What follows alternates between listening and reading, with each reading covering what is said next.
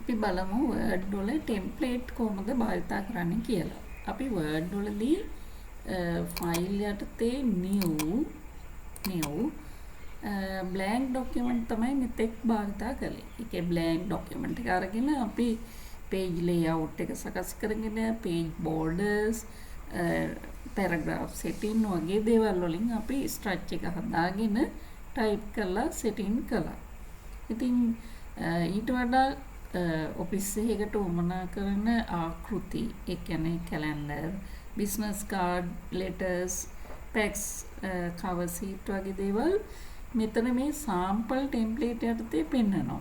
ඉතින් අපි ඒකට ක්ලික් කරමුකම මේ වගේ ආකෘති දක්නට ලැබෙනවා. අපි දැන් මේ එකක් තෝරගමු.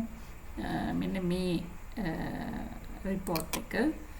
දැන් මේ report එක තෝරලා අපිට මෙතන create කියලා ක්ලික් කරන්න පුළුවන්.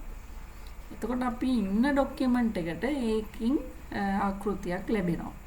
දැන් මේ අපි මෙතනදී බෝඩර් එකක් දැම්මේ නැහැ, පාට පිරෙව්වේ ෂේඩින් කළේ නැහැ. නමුත් ඒ ආකෘතියට ගැලපෙන පරිදි ඒ සාම්පල් එක අපට ලැබුණා. දැන් අපි මෙතනදී පිටු දෙකක් තියෙන report එකක් මම ගත්තේ.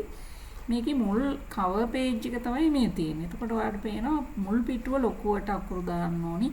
ඒවේ සබ්ටයිටල් තියෙනවා නම් ඒවේ යම්කිසි ඩිස්ක්‍රිප්ෂන් එකක් තියෙනවා නම් මේ පිළිවෙලට අපිට ටයිප් කරන්න පුළුවන්. අපි හිතමු දැන් අපිට COVID-19 ගැන මොකක් හරි ප්‍රොජෙක්ට් එකක් තමයි මෙතන තියෙන්නේ කියලා. එහෙම වුණොත් මෙතන කර්සර් එක තියලා අපිට පුළුවන් මේ ප්‍රධාන මාතෘකාව මෙතන ටයිප් කරන්න. සබ්ටයිටල් එක මෙතන. ඒ වගේ මොකක් හරි හඳුන්වා දීමක්. ඊගාවට දෙවෙනි පිටුවේ අපිට පුළුවන් ආයෙත් document title එක දාලා subtitle heading 1 ආදි වශයෙන් මෙතන මේ තැන් වලට අවශ්‍ය කරන දත්ත ටයිප් කරන්න විතරයි තියෙන්නේ.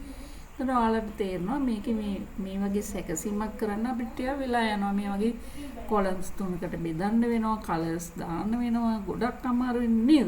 ඉතින් මේ දේවල් මේ කියන ආකෘතිය. එහෙම නැත්නම් මේ template එක භාවිත කිරීමෙන් පහසුවක් වෙලා තියෙනවා. මේ වගේ template අපිට packs cover sheet වලට ඒ වගේම ඔයගොල්ලෝ අර newsletters හැදුවේ මේ තීරු බෙදලා ඒ වගේම අපට brochures ඒ කියන්නේ handbill agenda ඒ වගේ යම්කිසි ආයතනයකට හදා ගන්න ඕනි ලියුම් මේ ඉඳලා business card ආදී වශයෙන් සියලුම document වලට අදාළ ආකෘති මෙතන තියෙනවා.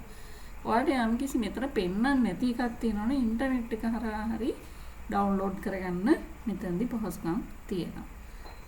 ඉතින් ඒ ආකෘතිය අරගෙන Tamanට ඕනේ දත්ත ඇතුළත් කිරීලා සේව් කිරීම පමණයි කරන්න තියෙන්නේ. මෙහෙම දැන් මේ ඉන්න ડોකියුමන්ට් එකට මෙයා ලැබෙනවා මිසක අර මුල් ආකෘතියට කිසිම හානියකුත් මෙතනදී සිද්ධ වෙන්නේ නැහැ.